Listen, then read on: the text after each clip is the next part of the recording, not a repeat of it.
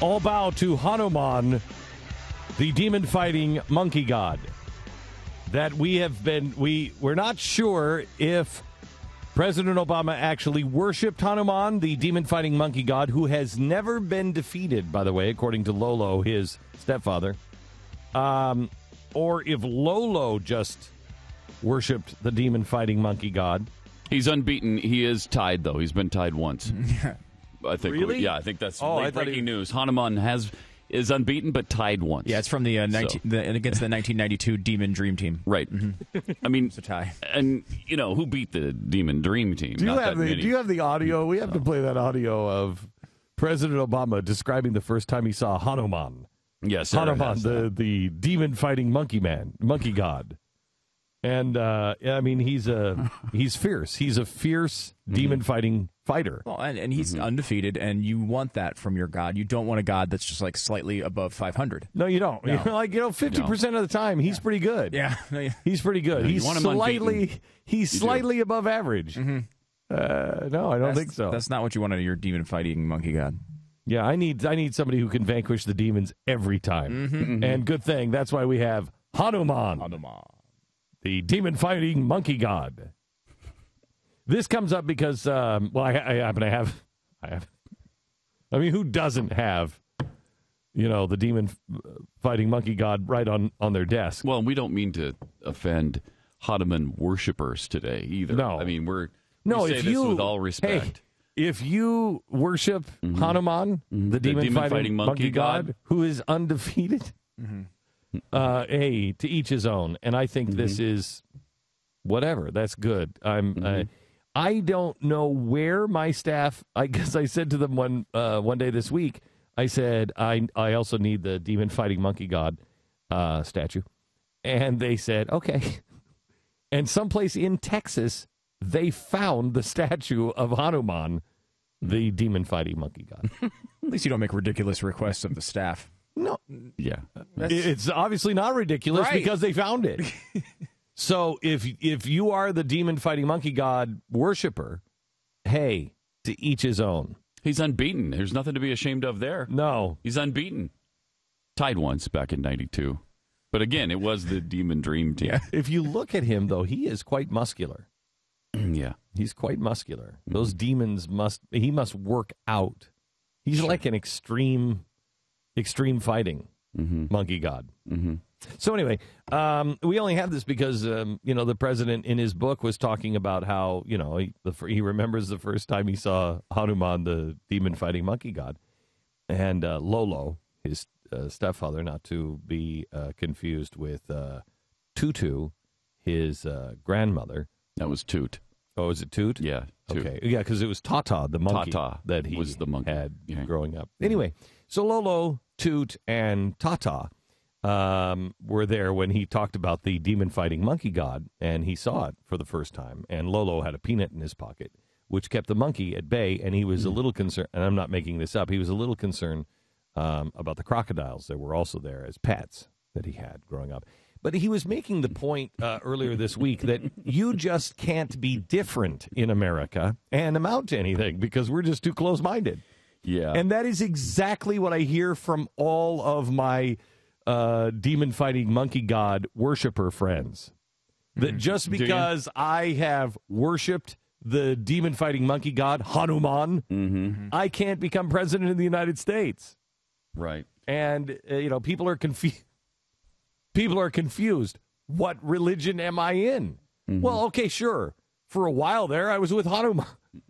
But that's when I thought he truly was undefeated. I didn't know the one time in 1992. Oh, it was before the 92 tie. Yeah. Yeah. Yeah. And so you understand that. You're like, hey, he was undefeated. And then 92 kind of threw me off because I need something more in my gods. So you can see why people might be a little confused. Wow, you're so picky of your gods that they can't even tie once in a while? No, No, what got me was undefeated demon-fighting monkey god. Okay. All right, well, whatever. And I like a guy who can make fun of religious people and have a little monkey god in his past. He can say, Jesus Jesus isn't the Savior. What? That's crazy. You Bible thumpers. You're going to believe all that stuff in the Bible? And yet you have just a touch of Hanuman, the monkey god, in your childhood. I'm pretty sure he didn't actually lay it out like you just said. I don't think he's ever said anything remotely close to that. But, yeah. Really? Yeah. I mean, you might have been reading a little between the lines. Yeah. I don't know. But It's just like exact these white quote. religious people. It's just like these white religious people who cling to their God and their guns. Yeah, I mean, yes, that's Okay, closer I'm- to a quote. Sure, I'm reading in. I don't think he actually lit a candle or I don't know, left dog food out for the monkey god. I mean, I'm not sure he actually did that. I'm pretty sure Lolo had a profound respect for the monkey god. Well, I guess it looks like Hanuman is a Hindu deity. So Yes. there's nothing in the past that suggests that he followed Hinduism, is there? I've never heard that. So No. he may be clear Maybe on the maybe Hanuman Lolo. thing. Maybe Lolo did. We don't know that. Sarah, do you happen to have the monkey god part from his book? I can check. Yeah, see if you can put that on, because that's the way he describes it in his book is quite powerful. It almost swayed me. Really? Yeah, You were like, I was like, this Jesus cat was pretty good, but they killed him toward the end of the book, and as far as I know, nobody's killed Hanuman, the demon-fighting monkey god. just the undefeated demon-fighting monkey god. Please. Do you know what this thing is here on the side of the statue? Is this a big? Because it's like a big gold scepter, but I think it's more of a club. Is this what he uses to fight demons? It may be. I'm not sure.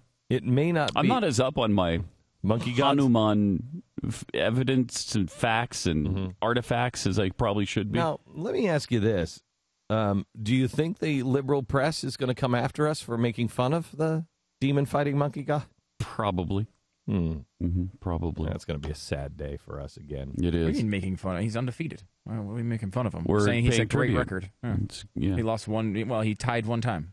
I mean, I don't think that's making fun of him at all. That's But Here's here's the audio of Barack Obama from his book, the first time he saw Hanuman. There, standing astride the road, was a towering giant at least 10 stories tall, with the body of a man and the face of an ape. That's Hanuman, Lolo said as we circled the statue, the monkey god. I turned around in my seat, mesmerized by the solitary figure, so dark against the sun, poised to leap into the sky as puny traffic swirled around its feet. Wow. He's a great warrior, Lolo said firmly, strong as 100 men. When he fights the demons, he's never defeated.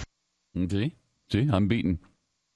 Okay, now how big is he again? How big was he? 10 stories. That's a big 10 statue. stories, and he's only as strong as 100 men? He should work out. Again, I mean, I'm not that impressed with this monkey god, as everybody else seems to be, and as impressed as Barack Obama was. So when you say that he didn't have any, when you say he didn't have, he probably didn't worship the monkey god, are you telling me that Lolo didn't?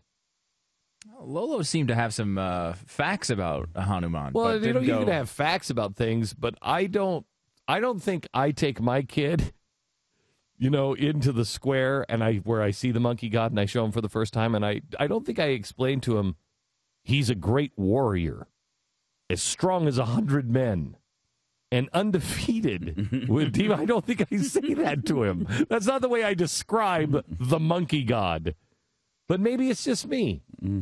Maybe it's just me. I'm kind of that closed-minded American. Lolo was a little more open-minded. Yeah, I'm not that closed-minded American that just won't elect someone who's slightly different than me. Well, yeah, here's what he said. I believe we have to go forward. Me too. I believe we've got to keep working to create an America where no matter who you are, no matter what you look like, no matter where you come from, Yes. no matter what your last name is, no matter who you love, Sure.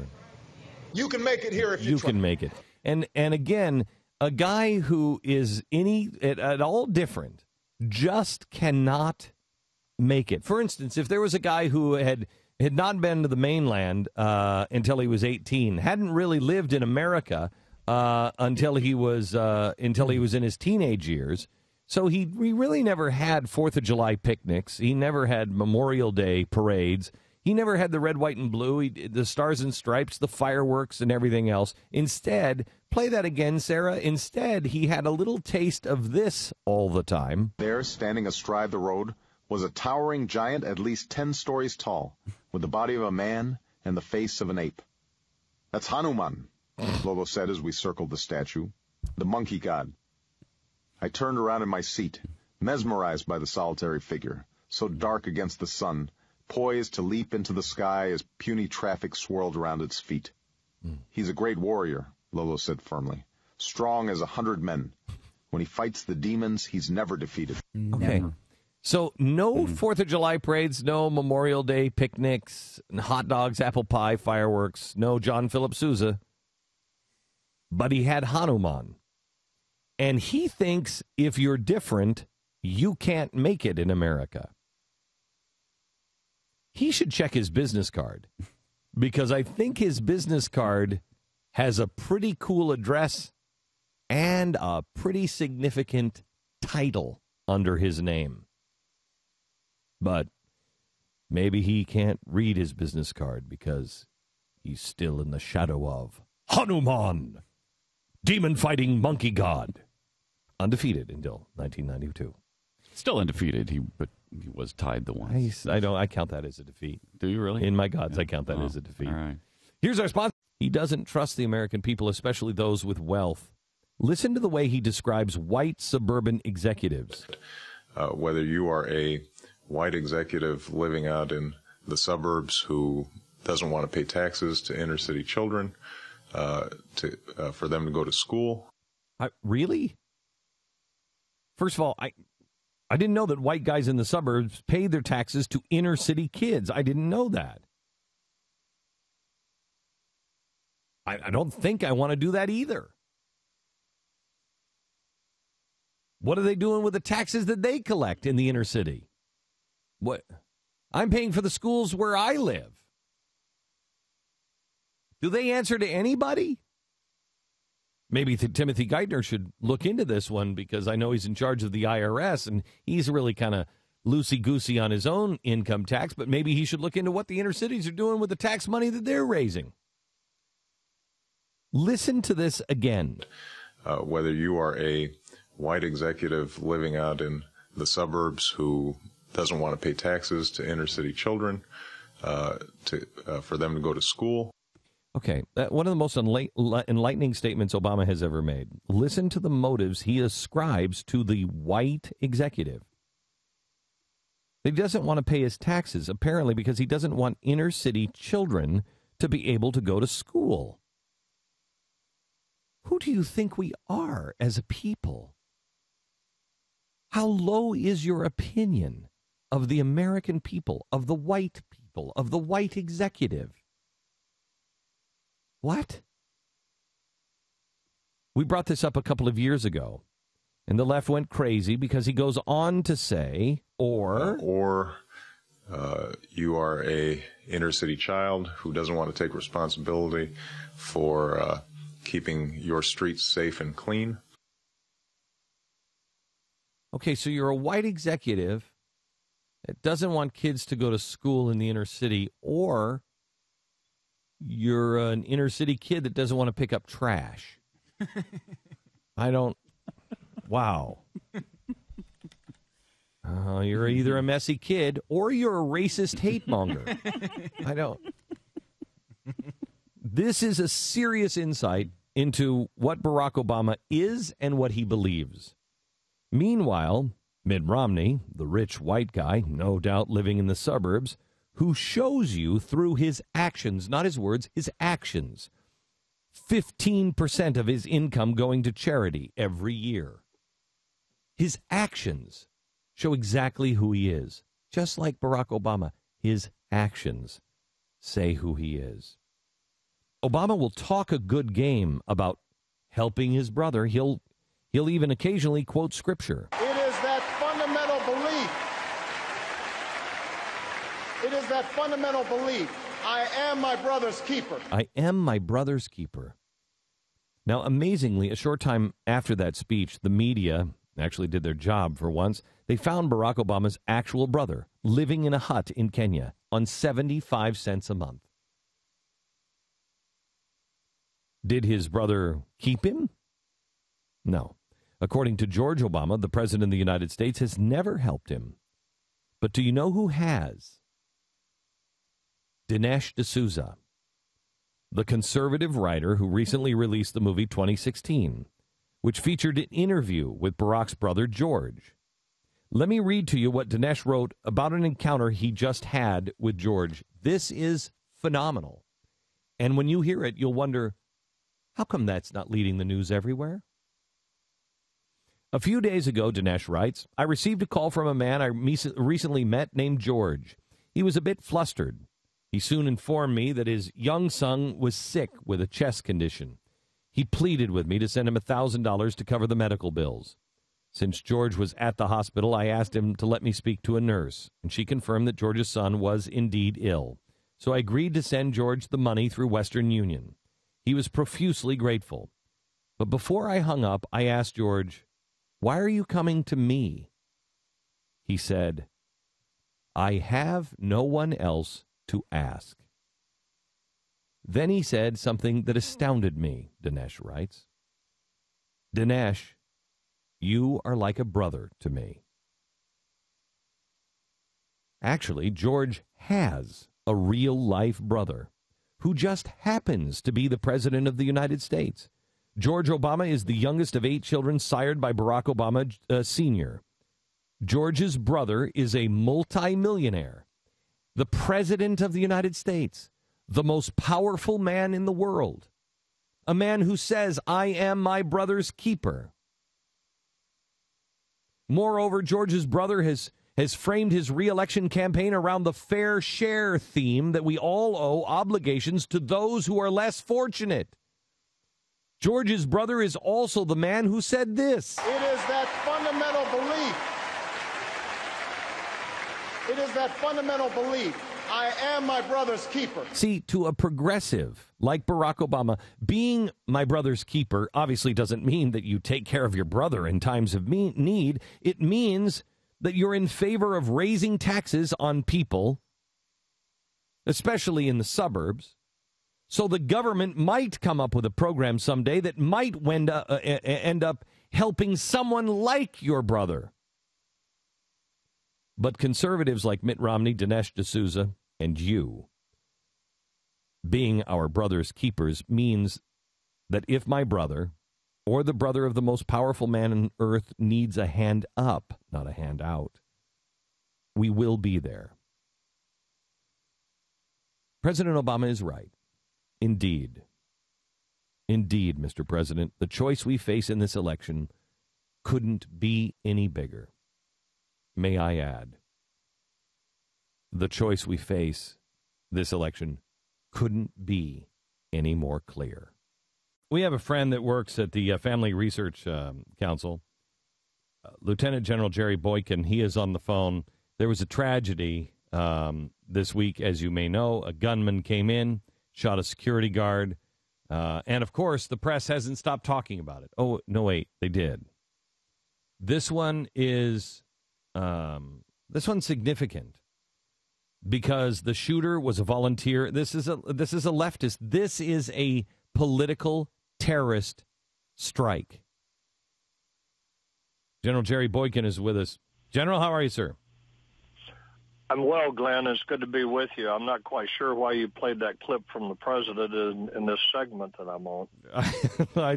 I really think it's because it's his plan for the economy. But help me out on you were actually there when the shooter came. I was. It was about 10:46 on Wednesday morning. He walked in the lobby, set a backpack down in front of the guard desk, and then reached in his backpack. Fortunately, this guard, who was actually the building manager but kind of dual roles as a guard, realized something was up and got out of his chair and approached the man. And just as the man pulled a pistol, pointed it at his head. This gentle giant of a guard reached up and grabbed the gun, and he shot him.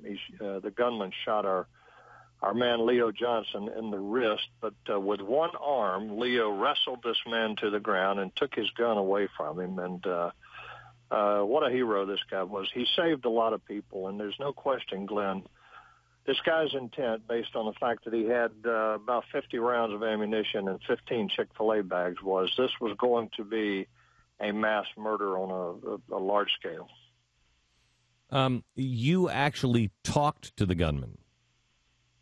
I listened as the gunman lay on the floor talking to police, and he said, "I don't like the policies here," and he stated that to the guard as well. So, it was. There was no question what his motive was. He tied us to Chick-fil-A. I think the scenario it doesn't take much imagination, Glenn.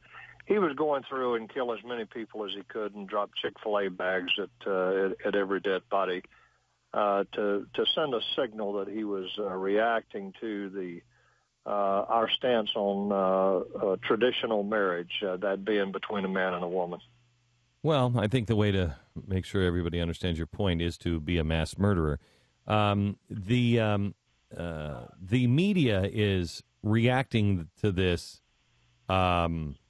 in their stereotypical way. General, what is the way? How do we change this?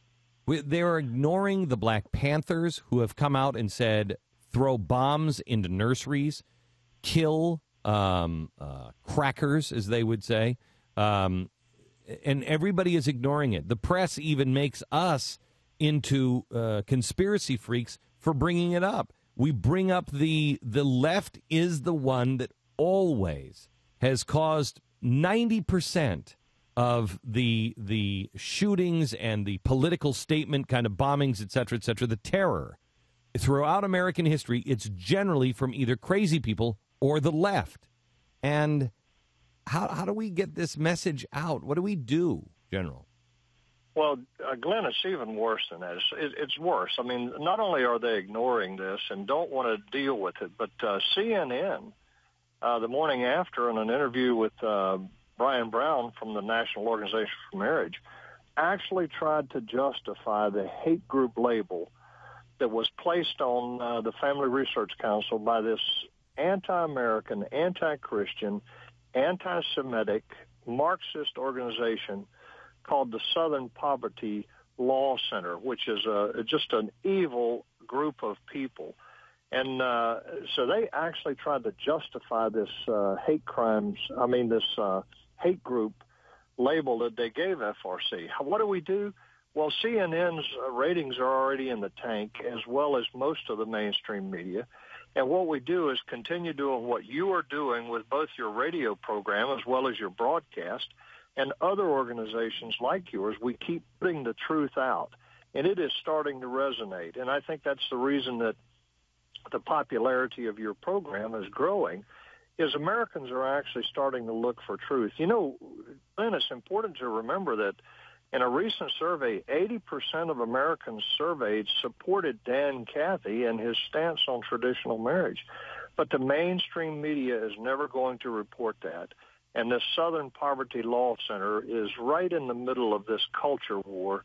And I think what you're doing and what others like you are doing, particularly with talk radio and with non-traditional means of communication, is so critical to keeping the truth out for the American public today. Okay, you made quite a statement about the Southern Poverty Law Center. Most people don't even know who they are because they're quoted all the time by all of the news networks, and they're taking a look at all of the hate groups and monitoring all hate crimes.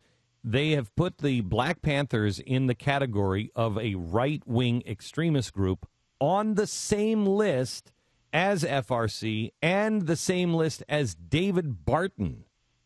Who is the Southern Poverty Law Center?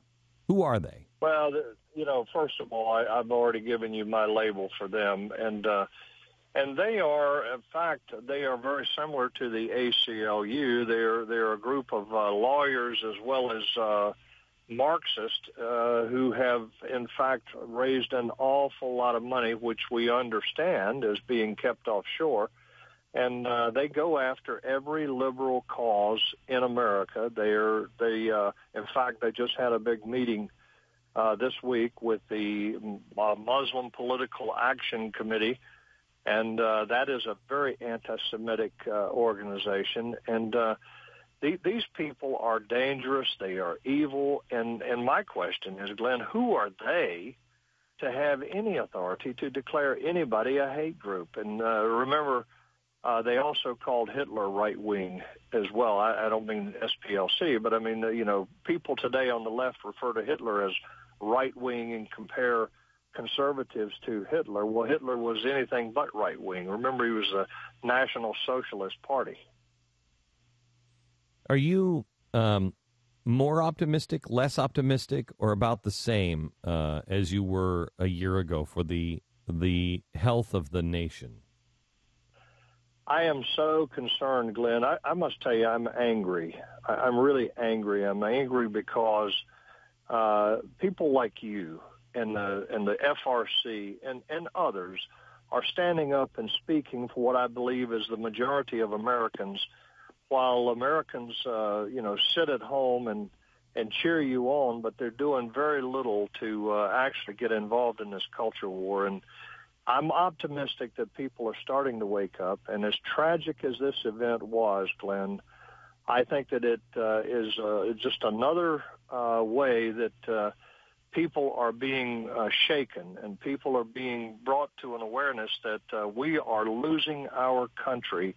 And the average American that stands on traditional values, the average Christian that believes in a biblical worldview, has got to get involved, and they've got to put their time, their effort, their money, and their speech in behind what's happening here.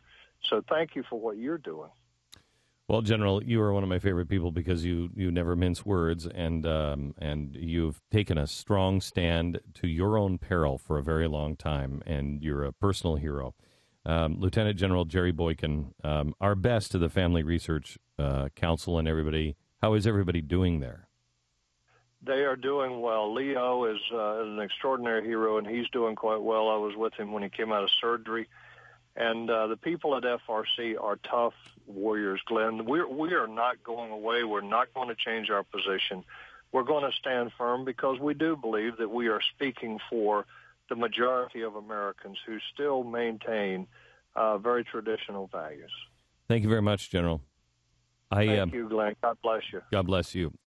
You know, the one thing I admire about this president, and I'm going to say it right up the front, and I don't care if you don't like it, but it's true, and I'm going to say it. One thing I admire about this president is the way he takes the media head on. He never avoids a challenging interview. It's I think it's the gutsy call side of him, you know. It was on display this week as he braved the hot seat of both People magazine and Entertainment Tonight. Holy cow. Yeah, he did them both. That's murderer's row of journalism. Oh, it's the gutsy call. It's a gutsy call. Should I kill Osama bin Laden? Oh, yeah. That's and take on Entertainment Tonight? Yes, he did it. He did them both. This one's more audacious than even that. Oh, yeah. I think. He hasn't taken questions from the White House press corps, or as he would say, the White House press corps, in more than 2 months, but he did have the intestinal fortitude to face Nancy O'Dell face to face. He went right face to toe, nose to nose with Nancy O'Dell, who was fresh off a Pulitzer Prize-winning series on celebrity fashion faux pas. And I don't think you or anybody who's been watching me campaign would suggest that in any way we have tried to divide the country. We've always tried to bring the country together. So he's so right. Mm-hmm. So when Joe Biden said Mitt Romney and Paul Ryan were going to put chains back on black people, what's the big deal? I mean, nobody could say that. Nobody on Entertainment Tonight could ever say that he was trying to divide. I honestly, I'm not sure how this guy sits here on camera with a straight face and says it. I mean, He can't fathom why they would call him divisive. Can't even. I can help you with this, Mr. President. Do you remember what you said about people of faith and gun owners? It's not surprising then that they get bitter and they cling to guns or religion or antipathy towards people who aren't like them, or anti-immigrant sentiment, or anti-trade sentiment. Okay, so he's not trying to divide. He just wants to talk about gun owners and people of faith. They just are small-minded and they have antipathy for anybody who's different than them. And as if that isn't enough, he went the extra mile to reassure the people of faith. Which passages of Scripture should guide our public policy? Should we go with Leviticus, which suggests slavery is okay, and that eating shellfish is an abomination? Or we could go with Deuteronomy, which suggests stoning your child if he strays from the faith?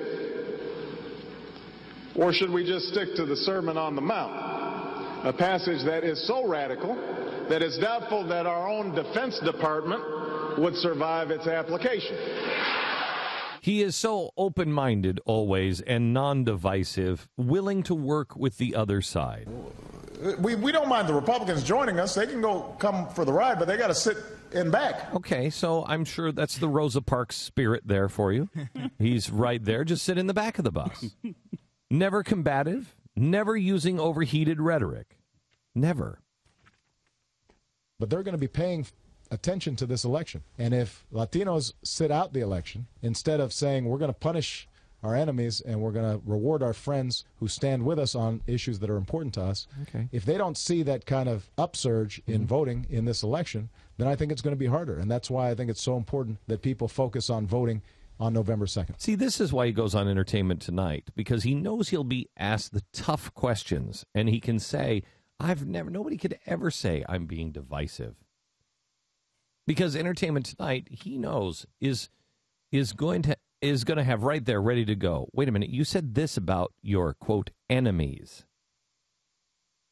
And you treat all kinds of people with different backgrounds all exactly the same, don't you? She is a typical white person who, if she sees somebody on the street that she doesn't know, there's a reaction that's been bred into our experiences. Okay. And he's very respectful of differing opinions. Very respectful. I don't want the folks who created the mess. I don't want the folks who created the mess do a lot of talking. I want them just to get out of the way so we can clean up the mess. Mm-hmm. He's even showed great respect for his Tea Party critics. Of you who are watching certain news channels that on which I'm not very popular, and you see folks waving tea bags around. He's great with even our valiant United States military. And that requires us to have enough troops that we're not just air raiding villages and killing civilians, which is causing enormous problems there. See, I can't understand how anyone on Entertainment Tonight could ever think that he was a divisive figure. He's bringing the left and the left of Hollywood together. Where are they getting a crazy idea that he's divisive? I don't know how he does it with a straight face. The man's done nothing but divide us. He pushes Marxist leftist stimulus bills, government health care, and wonders why the Republicans won't work with him. Because, Mr. President, it's okay in America, but we disagree. In fact, 70% of America disagrees with you. Being a uniter doesn't mean Republicans and conservatives shut up and sit in the back of the bus. I mean, you would think you would learn that from your history of the civil rights. What? We wouldn't have a problem with all these blacks if the blacks would just shut up and sit in the back of the bus. No, Mr. President, that doesn't work. That's not good. That's called hatred and bigotry. Quite honestly, that's the trademark in a politician of a dictator, or at least a very, very bad president. And Obama could be one of the worst presidents in American history. It's a miracle this guy is polling anywhere close to Romney. It's a miracle this guy isn't polling closer to our unemployment figure of 8.3. We have record deficits, crushing debt. America's credit rating is downgraded. The world is still at war and only getting worse. But there he is, doing the gutsy things. The hard-hitting interviews with celebrity fashionista Nancy O'Dell. What a surprise. Fashionista is who he sits down with. He sits down with her and he says, you know what? I'm going around the country asking people, how do we put people back to work? How do we produce American energy? How do we lower our debt? Wait a minute, Mr. President, you're going around the country and asking these questions? Hold it, really? I know, People Magazine and Entertainment Tonight didn't have the intestinal fortitude to say, wait a minute, do you know the answer to that? Or are you just going to ask people around the country? Because that's maybe a mark of a president we shouldn't have. In November, we're going to put somebody in there who gets it. Who gets this one fact, that Marxist principles do not lift people out of poverty. That redistribution of wealth does not make people self-reliant. That getting into bed with the Muslim Brotherhood does not set people free. These ideas don't work. They never have, never will. We don't need another 4 years to prove what doesn't work. We had the entire 20th century. You want to make a gutsy call, Mr. President? Call Entertainment Tonight back up and say, yeah, you know what, I've been going around because I have no idea what's working, because I really thought for a while it was working. I really thought, hey, maybe this will work, and it's not working. And I'm thinking about just saying, maybe we should all just go admit. Let me go to Turin and the super special that he is. He's, of course, a hip hop expert.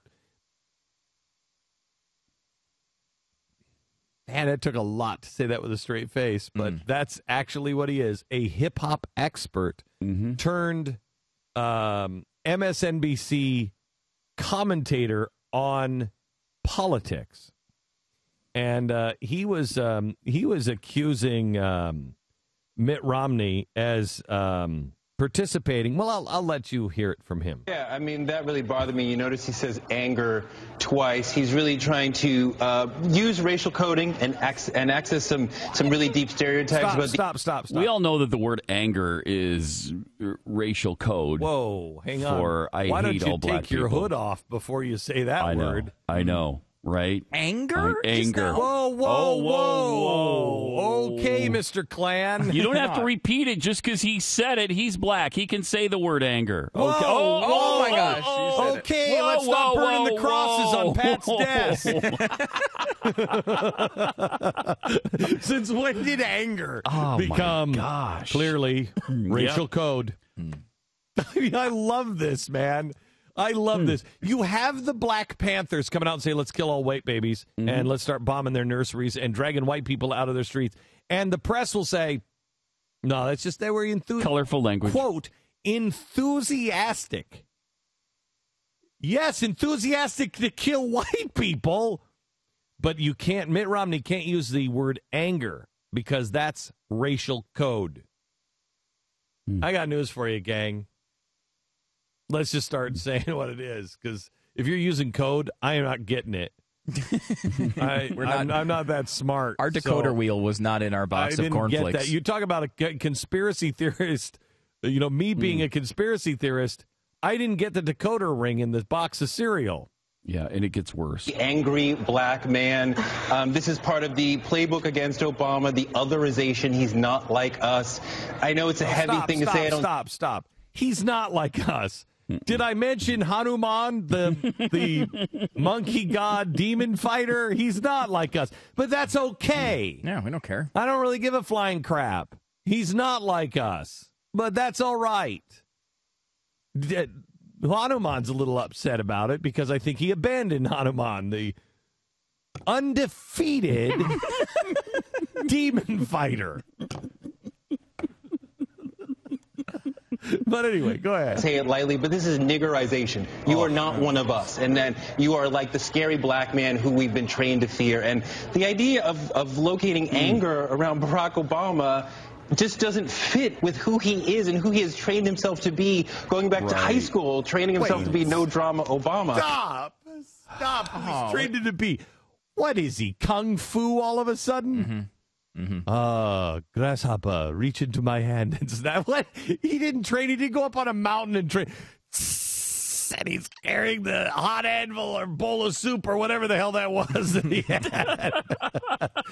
You know, Kung Fu, I could have gotten you a potholder for that. You didn't have to do that with your arms. Yeah, but you're ignoring the evidence there, which proves that he is not angry, which is he has a nickname called No Drama Obama, that's the first time I've ever heard it. So that with that evidence now, I think you've been won over. Right.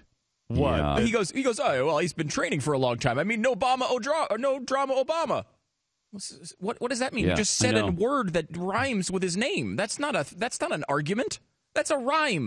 No, he's been in training. He's been in deep I don't even know, some sort of a Kung Fu release your anger Yoda school with Han Solo. Since the early 1940s. Really? You didn't know that? No, I did not know. No, but he was born in 1961. He was born in 1961. How was he in training since the 1940s? Look, you know, you and your racism. He was on his way to Alderaan. Right. Okay. All right. And he felt a huge disturbance. It felt like millions of voices just cried out at once. And he was like, I've got to follow my feelings, Barry. And then he went, and the other one flying the ship was, there was Hans, and then there was Hanuman, the monkey god. That was in the seat. And then he said, community organize, I should. Yes. So who are they talking to then here? Well, but they're talking to people who are trained to hate him, who want to hate him. It's a base turnout election, so this is how we can rev up the base to work against him. Let me get this straight, just so I have this straight. Oh, here comes Essie. Come on, Essie. Come on. You can do it, Rock. In addition to calling Mitt Romney something of a racist and the whole of the base as racist, Joe Biden makes a racially charged comment, which you and many others on the left called divisive. Mitt Romney comes out, calls that comment divisive. But because he used the word angry, now his is the racially charged comment. Do you see how dishonest that is? Well, I didn't call anybody racist, right? Because I don't want to deal with that as a big He said it was. I don't even want to say the word he used. Yeah. Are you kidding me? I didn't call him racist. No. You called him much worse than that. Much worse. I know no one else is listening to you, but you should listen to you. We're implying that Mitt Romney and the base will respond to this dog whistle, racially charged coding and hate Obama, the angry black man? The GOP has been working with... That is so irresponsible, Toure. The GOP has been working with racial codes going back to Reagan and perhaps before. I mean, going back to Nixon with the war on drugs. Can I just get the decoder ring? Can I get the booklet on it? Can I get a tutorial on it? Because I voted for Ronald Reagan. I never remember hearing any of that stuff. I've missed it. I'm sorry, I missed the meeting. I don't know what day it was. These aren't the droids you're looking for. Can you help me out on that? You want to talk about a conspiracy theory? If you could give me, because I can give you all of the literature from the left. I can lay it all out for you. I can show it. Could you actually show me any of the kind of stuff that I can show you from the right or from the left? Can you show it to me? Because I've missed it. I'm sorry, I don't hear dog whistles. I'm not like when I hear he's angry. I don't react that way. Does anybody else? He's angry. I've got to go vote against him. He's black. Nope. And if racism was so popular to get out the Republican base, why would they code it? Just say it. If racism was so popular with Republicans, start being racist. Then they'd win elections. Instead, they're doing this weird dog whistle thing that no one knows what it is, and they never, because we're afraid of people like Toure on MSNBC, a guy we don't know on a network we don't watch. But that's the thing. It's like it's this premise that Republicans would respond to it. They don't respond to it. Republicans aren't racist. 95% of Republicans say that they would have no problem voting for a black president. 95%. I believe the number overall is 95 or 96%. I mean, there's no evidence whatsoever at this point. This is not 1920 when Woodrow Wilson was bringing back the KKK. This is not where that is. Yeah, I know you're going to make fun of me for Woodrow Wilson reference. I probably. No, I'm listening to you. I'm hearing the dog whistles, and I don't want to get the rope. Okay, I won't lynch people. There was no whistle there. It's so clear what he was saying. Mm-hmm. Mm-hmm. Just like Romney using that word, anger. Oh my gosh! Man. You said it again. Paging Jim Crow. Paging Jim Crow. Gotta stop. So, how many traits, by the way, can they claim? They have arrogant. We know that one is apparently racial coding for black people, and now anger. I think they're just going to take all food stamps. Yeah, food welfare. Stamps, yeah. All of these things are supposedly code for. There's nothing you can say about poor people. Which, by the way, there's a lot of poor white people. Ready? Here's one. I'm a racist for saying she's not that hot. Oh yeah, she's not that hot. Yeah, get over it. If you talk about Obama's ears, you're racist. Thing, yeah. How is that any sort of racial identity? No, I won't put a slave ship in the water again. You hate monger. My gosh, listen to what he just said. The racial coding? Did you pick up a dog whistle? Yeah, he's like, let's start building slave ships and bring them over to Africa. No, Pat Gray, I won't. That's what I said with the ears thing? Oh, my God. Oh, my gosh. Okay. What if I say this? All right. He has ears so big they almost look angry. Whoa. Wow. Now you're talking prison term. Well, I think so. Let me just say goodbye and farewell to the audience, as I know we'll lose our license over that one. Hate speech. Hate crime. I would say it's a hate crime. I apologize to my family for generations for hiring and being around this guy who I had no idea. Is that a dog whistle I hear? Yes, it's time to break. Oh, that's a good idea. There we go. So this is the edge of glory. Okay, we're going to lock it down to the table. Yes. Like so. We've done. It does lock down to the table. Yes, so far. Okay, what did he say, 4? 3 or 4 times. Oh, okay, boy. Okay, it already does. That was going to happen. Of course, that doesn't work. was going to happen. Oh. Excuse me. Such an idiot, Jeffy. 2, 3. All right, 4. we're actually doing the dull side of the knife. And wow, look at that. Look at that. Look at it slice right through that bread. Wow. Oh, my God. That is impressive. Those sesame seeds are maybe we should try one of these. What was the other one? We had the throw the tomato. Pat, let's do the throw the tomato thing. Because you were pretty impressed by that. I was pretty impressed. If you can throw the tomato at the knife and it slices the tomato, I will eat my shoe. Really? I'll eat my shoe. Oh, please. Really? Yes. Please let it happen. Am I the only one who thinks there's an 80% chance I cut my finger off right now with this thing? I'd say more like 95. Okay. Oh, Stu, be careful. Sharp at all now. Okay, you ready? Is it? You want to throw the knife? Yes, throw the tomato? All right. I will hold. You ready? Yes. Oh! I've got to eat my shoe. Shoe eating needs to happen. That worked. It worked. Do it again. That was fun. That was unbelievable. This is the greatest product of all time. This is worth $100. Wait, hold on. But I didn't sharpen this. You'd expect to pay $1,000. You would. You would, Pat. You don't have to. Wait, I didn't